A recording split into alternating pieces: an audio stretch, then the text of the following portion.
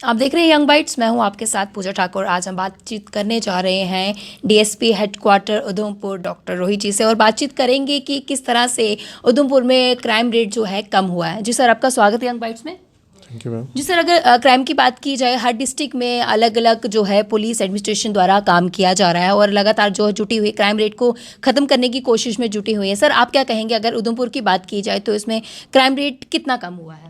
उधमपुर का अगर देखा जाए तो ड्यूरिंग माय टेन्योर जो रहा है हमने हमारे जितने भी पुलिस स्टेशंस हैं, हमने ज़्यादा ड्रग्स के ऊपर ज़्यादा फोकस किया है, क्योंकि मैक्सिमम हम देखते हैं कहीं भी कि जो आजकल युवाओं में जितना जो ट्रेंड चल रहा है ड्रग्स के लेके क्राइम बढ़ता है। अगर ड्रग्स का वहाँ पे ज़्यादा बोलबाला है तो चोरी भी बढ़ेगी, एक्सीडेंट्स बढ़ेंगे।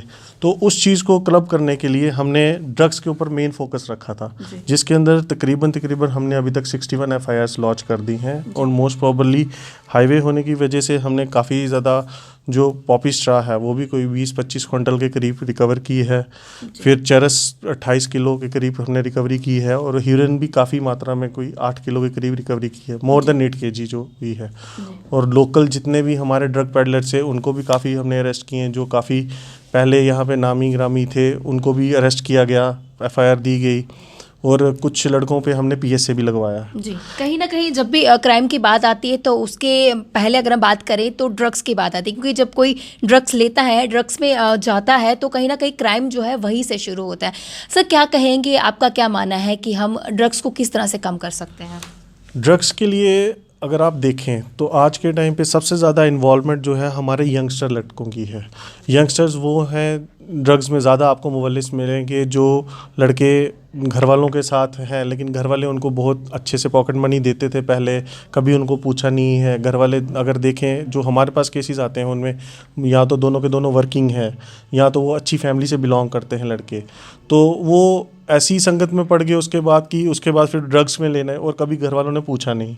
तो जब वो ऐसे डील करते हैं तो उसके बाद जब उनको बोला जाए कि आप जी रिहेबिलिटेशन को करो, तो मोस्ट ऑफ द पेरेंट्स ये वो है डिनाई करते हैं कि नहीं जी ये तो हो ही नहीं सकता, लड़का हमारा इन्वॉल्व, हमारा नाम खराब हो जाएगा।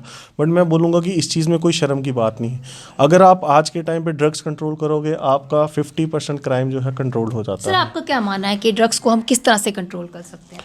ड्रग्स में हम जैसे करते हैं, हम तो मोस्टली अवेयरनेस प्रोग्राम्स कर रहे हैं, ड्रग रैली भी की, अवेयरनेस प्रोग्राम्स भी किए हैं स्कूल कॉलेजेस में भी जाके मैं हर जगह जाके उनके पेरेंट्स को भी बुलाते, जो भी हम स्कूल्स में मीटिंग्स कर रहे हैं उनमें मैं मोस्टली रखता हूँ सरपंचिस को भी बुलाओ, पेरेंट्स को भी बुलाओ।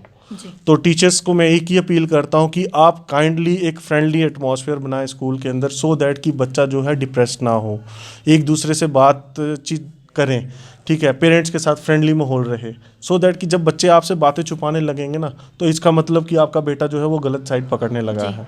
तो एक बच्चों के आज जो माहौल है, आज इतना स्ट्रेसफुल माहौल है आपका कि आपको पढ़ना है, नंबर लाने हैं, उसमें बच्चा डिप्रेशन में जाता है। उस डिप्रेशन को कोप अप करने के लिए वो अपने फ्रेंड सर्कल ऐसा बना लेता है कि वो फिर ड्रग्स के अंदर इन्वॉल्व बहुत जल्दी हो जाता है। उस बच्चों को सपोर्ट करने वाला भी कोई नहीं होता, इस वजह उसको से सबसे ज़्यादा सपोर्टिंग जो एलिमेंट है वो आज के टाइम पे मिसिंग है। आज आपके पास सिर्फ मोबाइल रह गया सपोर्टिंग एलिमेंट, तो वो आपके इमोशंस नहीं समझता। उसके लिए आपकी फैमिली को इतना फ्रेंडली माहौल देना है कि सो दैट कि बच्चा आपके साथ शेयर करे, आपसे बातें करे, आपका दोस्त बने, सो दैट कि वो बाहर किसी के पास ना जा सके। जी, अगर एक्सीडेंट की बात की जाए, सुसाइड की बात की जाए, ये केसेस जो है आए दिन बढ़ते ही जा रहे हैं, क्या कहेंगे, किस तरह से रोक लग सकती है इन सब पे? एक्सीडेंट्स के लिए तो मैंने आपको एक बोलूँगा कि जितने भी जो भी लोग हैं, जो एक तो ट्रैफिक रूल्स की जितनी भी हैं उनकी पूरा पालन करें ट्रैफिक रूल्स का। जैसे जो 2 व्हीलर्स राइडर्स हैं लड़के, आजकल बाइक्स जो है बहुत फास्ट बाइक्स हैं, और हाईवेज़ हैं, हमारे रोड्स डेवलपमेंट हुई है तो हाईवे में बाइक वो रुकते कम है, तो उसके लिए प्रॉपर हेलमेट डाल के निकलें। तो गाड़ियाँ हैं तो सीट बेल्ट डाल के निकलें।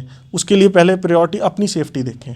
अनलेस एंड अनटिल आप अच्छे लर्नर नहीं है तो हाईवे पे मैं कहता हूँ कि गाड़ी चलाने के लिए ना निकलें। आपकी सेफ्टी जो है आप ही के हाथ। हाँ, आपकी सेफ्टी जो है वो आपके खुद के हाथ है। मतलब गाड़ी अगर आप खुद चला रहे हैं तो आपने अपने आप को भी बचाना है और साथ वाले को भी बचाना है, तो ये आपकी खुद की जिम्मेवारी है, और जिम्मेवारी समझ के चलना चाहिए, तो तभी आपकी एक्सीडेंट्स का रेट जो है और कम हो सकता है। सुसाइड केसेस को लेकर क्या कहेंगे आप? सुसाइड्स का मैम हम बोलेंगे कि सुसाइड्स रेट वैसे पहले से थोड़ा फ़र्क कम हुआ है उधमपुर डिस्ट्रिक्ट के अंदर। पहले सुसाइड्स जितने होते थे उसके कंपैरेटिवली अब कम हुए हैं, बट इसमें भी कुछ ऐसे सुसाइड्स हैं जो मोस्ट प्रोबेबली हैं आपके जी कहीं ना कहीं ड्रग्स इन्वॉल्व भी है या फ्रस्ट्रेशन है किसी चीज़ को लेके, डिप्रेशन में अगर चले गए हैं। तो अगर आप एज ग्रुप भी देखें तो वो तकरीबन अब यंग एज जो है वो स्टार्ट हो गई है, अदरवाइज और कोई सुसाइड का यहाँ पे ज़्यादा रीजंस रहे नहीं। आज को जो यंगस्टर है उन सभी को क्या कहना चाहेंगे हमारे माध्यम से, किस तरह से आप एक अवेयरनेस भरा मैसेज देना चाहेंगे?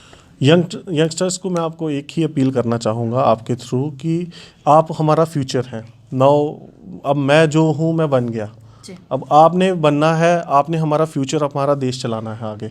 तो ये ड्रग्स की तरफ और जो इन चीज़ों की तरफ गलत साइड जो है आप ना जाएं, पढ़ाई की तरफ ध्यान दें, अपना जो एटमॉस्फेयर है आगे पीछे का उसको एक हेल्दी एटमॉस्फेयर बनाएं सो दैट कि ये देश जो है आगे तरक्की कर सके। जी, thank you so much sir हमारे साथ जुड़ने के लिए, कीमती जानकारी देने के लिए, और जिस तरह से आपने बताया आपके कार्यकाल मतलब कि जिस तरह से आप काम लगातार कर रहे हैं, ड्रग्स को लेकर भी काफ़ी ज़्यादा आपने काम किया और आने वाले समय में भी आप काफ़ी सारे इनिशिएटिव लेंगे कि जिस तरह से आपने एक अच्छा मैसेज भी दिया आज के यंगस्टर्स के लिए कि किस तरह से हमें ड्रग्स से बचना चाहिए और पेरेंट्स का खासकर सपोर्ट कितना ज़्यादा ज़रूरी है।